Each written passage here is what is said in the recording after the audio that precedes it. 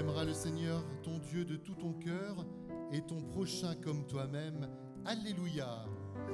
Alléluia. Alléluia. Alléluia. Alléluia.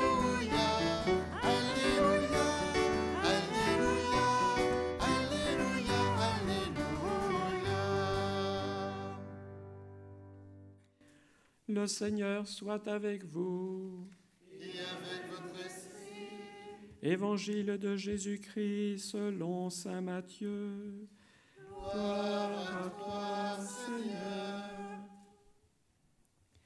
En ce temps-là, les pharisiens, apprenant que Jésus avait fermé la bouche aux Sadducéens, se réunirent, et l'un d'entre eux, un docteur de la loi, posa une question à Jésus pour le mettre à l'épreuve. « Maître, dans la loi, quel est le grand commandement ?»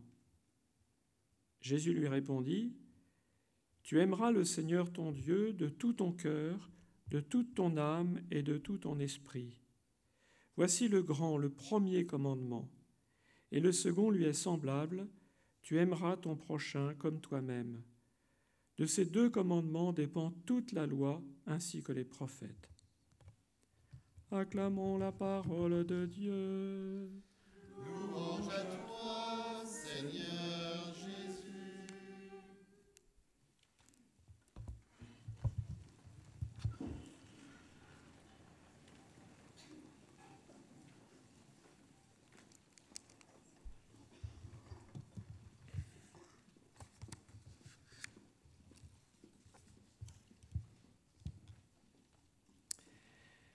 Chers amis, je trouve que ces textes sont assez éclairants pour cette rentrée. Il se trouve qu'on a notre rentrée le 23 et non pas le 24. Et il se trouve que le 24, c'était la Saint-Barthélemy chaque année pour la rentrée des chefs d'établissement.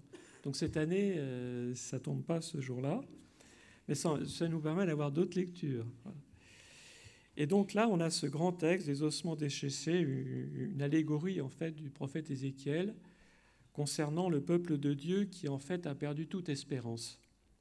Nos ossements sont desséchés, notre espérance est détruite, nous sommes perdus. Voilà ce qu'ils disent. Et en méditant cette parole, je me suis dit, au fond, est-ce que ça ne touche pas un petit peu ce que nous-mêmes, on est en train de vivre dans la société d'aujourd'hui, un manque d'espérance, notamment de la jeunesse par rapport à l'avenir, mais on peut dire que beaucoup de gens aujourd'hui ont perdu un peu d'espérance.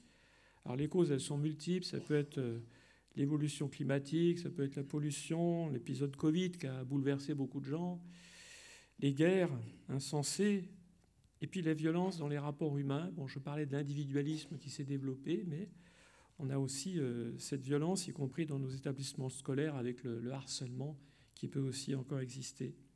Et au fond, toutes ces peurs, elles provoquent un repli sur soi, et elles poussent les gens non seulement à se replier, mais en fait à ne pas envisager l'avenir, c'est-à-dire je pense aux jeunes qui renoncent à fonder une famille, à donner la vie, des personnes qui renoncent à s'engager dans la vie. Voilà. Alors, quelle est la parole du Seigneur, voilà, qui nous est donnée par rapport à tout ça pour nous remettre dans l'espérance, comme on a chanté tout à l'heure? J'ai noté plusieurs choses. D'abord, il nous dit « Les ossements desséchés, écoutez la parole du Seigneur ». Donc sa parole, elle est effectivement source de vie, elle nous guide, je dirais, vers la vérité tout entière, elle est source d'espérance. Et je l'entends comme un premier appel à méditer cette parole de Dieu dans notre vie, à nous ressourcer autour de cette parole et de la parole de l'Évangile. Puis le prophète nous dit aussi « Je vais faire entrer en vous l'Esprit, et vous vivrez ». De fait, l'Esprit Saint se demande dans la prière, il ne vient pas comme ça, voilà, il faut demander au Seigneur. La parole du Seigneur n'est pas une parole passive, elle agit par la force de l'Esprit Saint, justement. Moi, je suis heureux de voir qu'il y a beaucoup de demandes d'adultes qui demandent la confirmation. Ça veut dire qu'ils prennent conscience, au fond, que le sacrement qu'ils ont reçu peut-être enfant, mais qu'ils n'ont pas reçu dans la confirmation, c'est quelque chose qui leur manque, justement, pour redonner la joie et l'espérance. Et c'est pas rien de recevoir ce sacrement, puisque Dieu agit vraiment en nous pour nous faire vivre, comme il le dit dans ce passage du prophète Ézéchiel. Et puis je vais ouvrir vos tombeaux, je vous en ferai remonter, ô mon peuple, l'image de la résurrection, voilà, et elle est double en fait, Le Seigneur nous remet debout déjà maintenant. La résurrection, nous la vivons. Nous vivons parfois la croix, mais aussi la résurrection dans tout ce que nous pouvons vivre. Et le Seigneur nous remet debout. Il change notre manière de vivre. Il change notre relation avec lui, notre relation avec les autres. Il oriente nos choix de vie, nous remplit de joie et d'espérance. C'est en ce sens, en fait, qu'il nous fait vivre. Voilà. Et puis, un autre aspect, bien sûr, c'est qu'il nous fait entrer dans sa vie de ressuscité, pour que nous vivions pour toujours avec lui, au-delà de notre mort. Et cette espérance, elle nous engage à changer notre manière de vivre pour le suivre déjà ici-bas. En cette rentrée scolaire, comment ne pas accueillir cette parole du Seigneur, je dirais, comme un encouragement à raviver en nous la foi, l'espérance et la charité, à être témoins aussi de cette espérance auprès des enfants, des jeunes qui nous sont confiés et auprès de leurs parents. Autre piste de réflexion en ce début d'année, par rapport à ce que je viens de dire en commentant Ézéchiel, c'est dans le passage d'Évangile. Ce passage d'Évangile est un contexte polémique puisqu'on a entendu que c'était pour mettre Jésus à l'épreuve. Mais au fond, comment le met-il à l'épreuve ? Eh bien, en lui posant une question qui devait faire polémique à l'époque, en particulier entre les pharisiens et les sadducéens, sans doute. Dans la loi, quel est le grand commandement ? Or, Jésus, en fait, cite le Deutéronome 6, c'est-à-dire la base de la foi juive. Voilà. Tu aimeras le Seigneur, ton Dieu, de tout ton cœur, de toute ton âme et de tout ton esprit. C'est-à-dire, au fond, ça veut dire par toute ton existence, voilà, par toute notre vie, nous devons aimer le Seigneur, comme nous y invite aussi le prophète Ézéchiel. En tout cas, ça nous montre que la foi, ce n'est pas une option, vous voyez, quelque chose qu'on a en plus dans notre vie, un petit plus. C'est un aspect qui n'est pas non plus un aspect privé de notre vie. C'est un engagement de toute notre existence, en fait, à la suite du Christ, le cœur, l'âme et l'esprit, voilà, toute la personne humaine.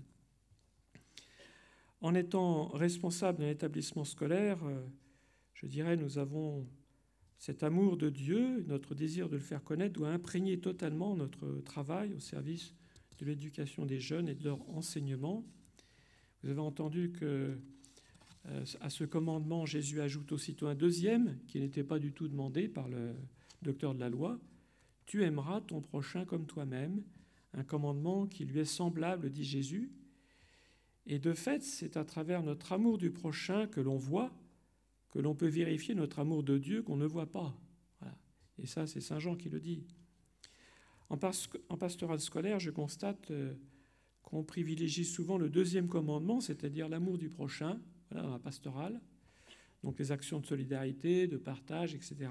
Ça, c'est tout à fait juste, y compris les valeurs qui sont de cet ordre-là. C'est-à-dire, au fond, le respect de la dignité des personnes, de chaque personne. Eh bien, tout cela, évidemment, nous le mettons en œuvre, ce deuxième commandement, tu aimeras ton prochain comme toi-même. Mais on constate qu'on délaisse aussi souvent le premier, qui est pourtant, comme dit Jésus, le premier commandement. Alors, c'est cet amour de Dieu se nourrit justement de l'écoute de la parole de Dieu, comme on l'a entendu dans Ézéchiel. Il se nourrit de la prière, de l'accueil des sacrements. Alors, je reçois comme une invitation à mettre les deux sacrements dans le bon ordre, c'est-à-dire en développant notre amour de Dieu qui fait grandir notre amour du prochain à la manière de Jésus, jusqu'à même aimer nos ennemis, puisque c'est ce que nous demande Jésus. Pour conclure, il y a dans ce double amour de Dieu et du prochain un défi qui est à relever actuellement, c'est celui de l'unité et je dirais même de la communion, qui ne se comprend pour nous bien sûr que dans le Christ, grâce au don de l'Esprit Saint, mais qui est à vivre beaucoup plus largement, puisque je dirais que c'est dans toute la société que nous avons à raviver cette vie, cette communion. Nous devons être, nous chrétiens, même si nous sommes peut-être moins nombreux aujourd'hui, le levain dans la pâte, qui permet à toute la pâte de lever. On doit l'être dans notre société qui est très divisée, dans nos communes aussi, dans notre Église où on perçoit des sensibilités religieuses très différentes qui s'exacerbent. Elle est à renforcer dans nos équipes enseignantes, nos communautés éducatives, donc avec les parents aussi, avec le personnel. Et cette communion, elle est un facteur très important du témoignage de l'amour de Dieu, du prochain, que nous pouvons donner vis-à-vis des enfants, vis-à-vis des parents. Elle est à renforcer aussi dans notre diocèse, y compris dans l'enseignement catholique en général.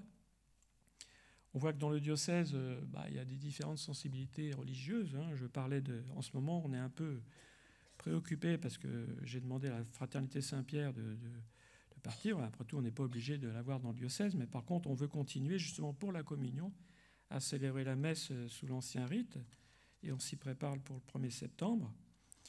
Mais je pense aussi, par exemple, à l'école Notre-Dame de Rumingol, qui est passée sous tutelle d'Emmanuel Éducation. Alors même si ce n'est pas une tutelle comme les autres, puisque cet établissement n'est pas sous contrat d'association, j'ai demandé à Christophe Geffard d'en assurer le lien avec l'enseignement catholique du Finistère pour justement maintenir cette communion avec un établissement qui fait partie de l'Église catholique dans sa diversité. Frères et sœurs, en ce début d'année scolaire, bien que le Seigneur ouvre nos tombeaux, j'allais dire, et nous fasse grandir dans l'espérance que nous donne le Seigneur par toute notre vie et notre amour du prochain. Amen.